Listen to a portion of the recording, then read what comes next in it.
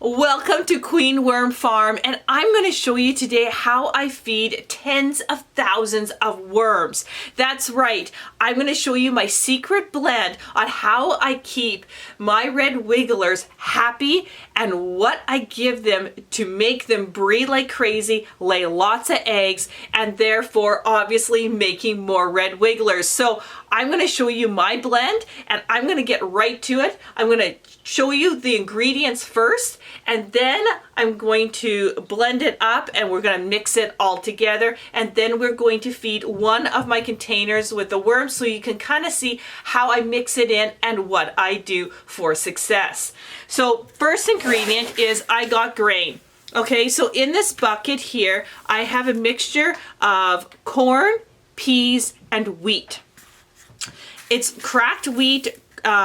The corn is broken up, the peas are broken up, and these are just like dried split peas, okay? So this is feed grade, so go to a local feed store. Don't buy human grade here, that's way too expensive. And this is dried wheat, dried peas, and dried corn, just to clarify that. So the percentage of mix that I have here is it's 20% split peas, 40% cracked corn, and 40% cracked wheat. That's what's in this bucket. The next ingredient, which might shock you, is actually cat food. That's right, cat food. Now, this is just kibble, just like this. Cheap stuff. You don't gotta buy expensive stuff, but the key is no coloring. You do not want any kind of coloring. So if it's like reds and yellows and blue colors, that's garbage. You do not want dyes. So you want to have just kind of cat food that looks something like that. Any kind of brand. I just go with the cheapest there is because that's all I need. There's a lot of wheat and corn in those cheap cat foods. Perfect. That's perfect for worms. The other ingredient is greens. So right now in this bowl, I actually raise cattle. So when you open up a hay bale, all these little alfalfa leaves come out, and that's what this is alfalfa leaves. Now you're probably saying, well, I'm not a farmer. No big deal. I actually, in the summer, I go to the garden and I take carrot tops or red beet tops and I dehydrate them, and then I throw them in the blender just like this and make powder, and that's like a greens powder, and it works awesome. Now if you don't garden, go outside in the summer, cut dandelion tops and leaves and weeds. Like, the worms don't care, but they really do like the greens, and it's really good nutrition. So use what you have. You can even, if you don't even have weeds, use grass. Just make sure that what you're harvesting is not sprayed. Very important. So get some greens, hang them to dry where they're crisp, dehydrate them dry, and then throw them in the blender and make powder. And that's what we're going to do. We're going to make powder from this because I'm in the middle of winter here. And so I ran out of my greens powder mix that I made from the garden in the summer. So I am resorting to what I have is hay bales, and this is really good stuff for them. Now there will be some Timothy seeds probably in here, and other grasses as well, but it's primarily alfalfa. So that's what I'm using today. So those are my three key ingredients. Now, how do I mix this all together? First of all, grab your cat food. And make sure you have a blender because you're going to need it. You're going to fill up your blender container to whatever the max is. So this one is 4 cups. I'm going to fill it all the way up to the 4-cup max and then blend it like crazy. The other thing I should say is that why I really like this mix that I make as well is because it doesn't spoil. I don't have to freeze it once it's mixed. I fill this container right full. This is 3 gallons container, and it can last me months. That's another reason why I really like this. Okay, let's fill this full of cat food.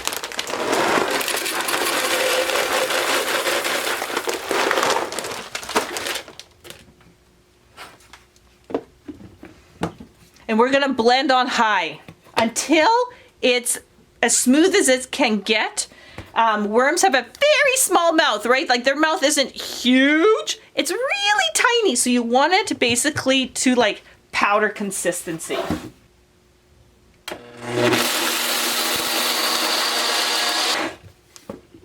Okay, so take a look at that. So it's nice and smooth. When you feel it, you can kind of feel it's a little bit grainy. That's exactly how it's gonna be. But the key is nice and smooth. Okay, so then I take my container, just dump that in. At the bottom, it usually sticks, so give it a little bit of a hit. Perfect. Okay, next ingredient. Now I'm going to do grain. Now grain bulks up a lot more than cat food does, so I'm just going to fill this up to the 3-cup mark. Otherwise, it's just, it won't blend it as smooth. There's just too much in the blender.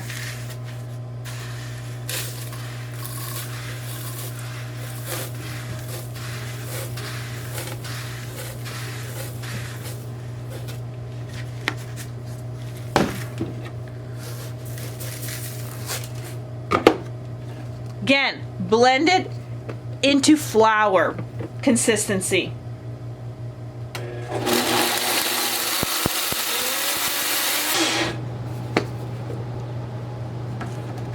So take a look. And when you grab it, it's nice and smooth. There will be a little bit of grittiness, but that's okay. But it should look something like that. So then I dump that into my bucket. Again, hit the bottom. So I'm gonna do that one more time.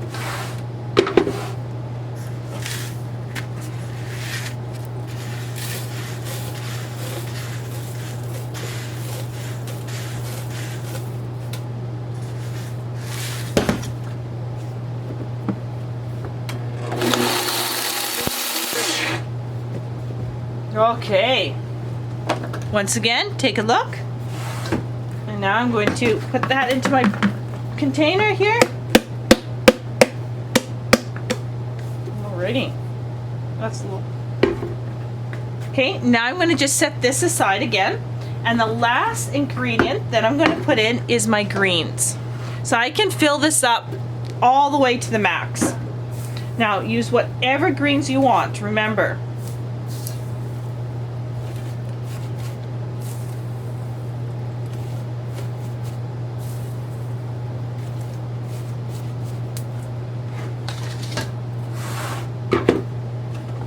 And again, blend it on high.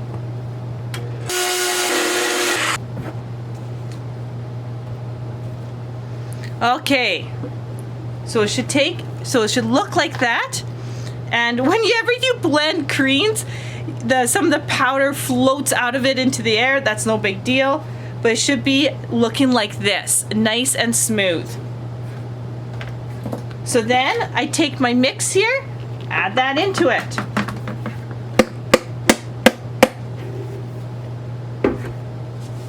So then what I want to do is, after I blend up those 3 items, what I want to do is mix it up.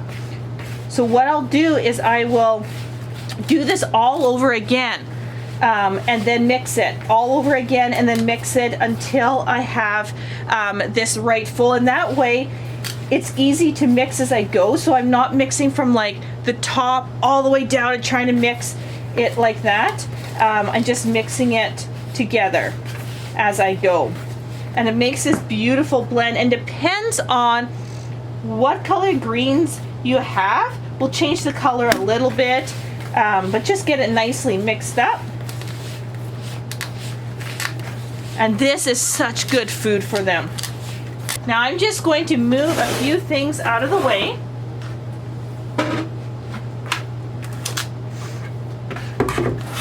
And I'm going to show you a tub that I'm working on right now. And I actually I actually took half of it out and put it into another tub. So these worms here, right here, they're young red wiggler worms, and you can see them right here. There's lots of them. And so I'm gonna just kind of feed them, give them some fresh dirt, and remake this tub. And so they will continue growing, and they're going to be breeding in about 3 or 4 months. So they're just growing nicely here. And there was just too many worms at first to this tub, and that's why I split it up.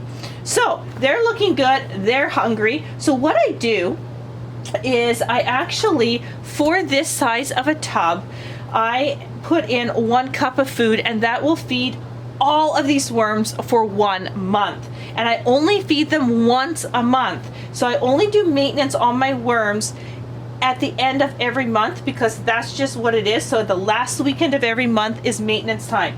So what I do is I just have a 1 cup scooper here, and I just scoop 1 cup out, and I just go like this over the whole entire tub, like that.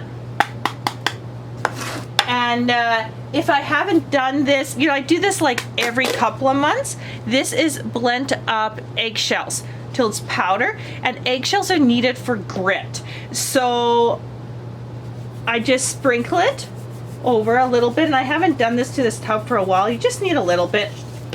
And it's good calcium as well, and it neutralizes acid, so that way my environment that I have them in is never really acidic. So then what I do is I mix that in, because I don't like my worms clustering to one spot.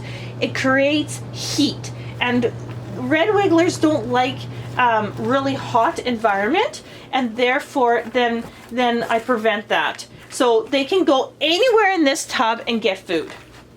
And that seems to be working really, really well for me. And so it just mixes in so nicely. And it doesn't stink, doesn't attract fruit flies or any gross little other organisms. And I have this in my basement, and I really don't want any molds or anything like that growing into my tubs. So that's why I love this mix that I came up with. Okay, so it's all mixed together, just like that. And now I just need to add a little more sawdust in here, some peat moss, just to raise the level, because this level of the dirt is a little bit lacking.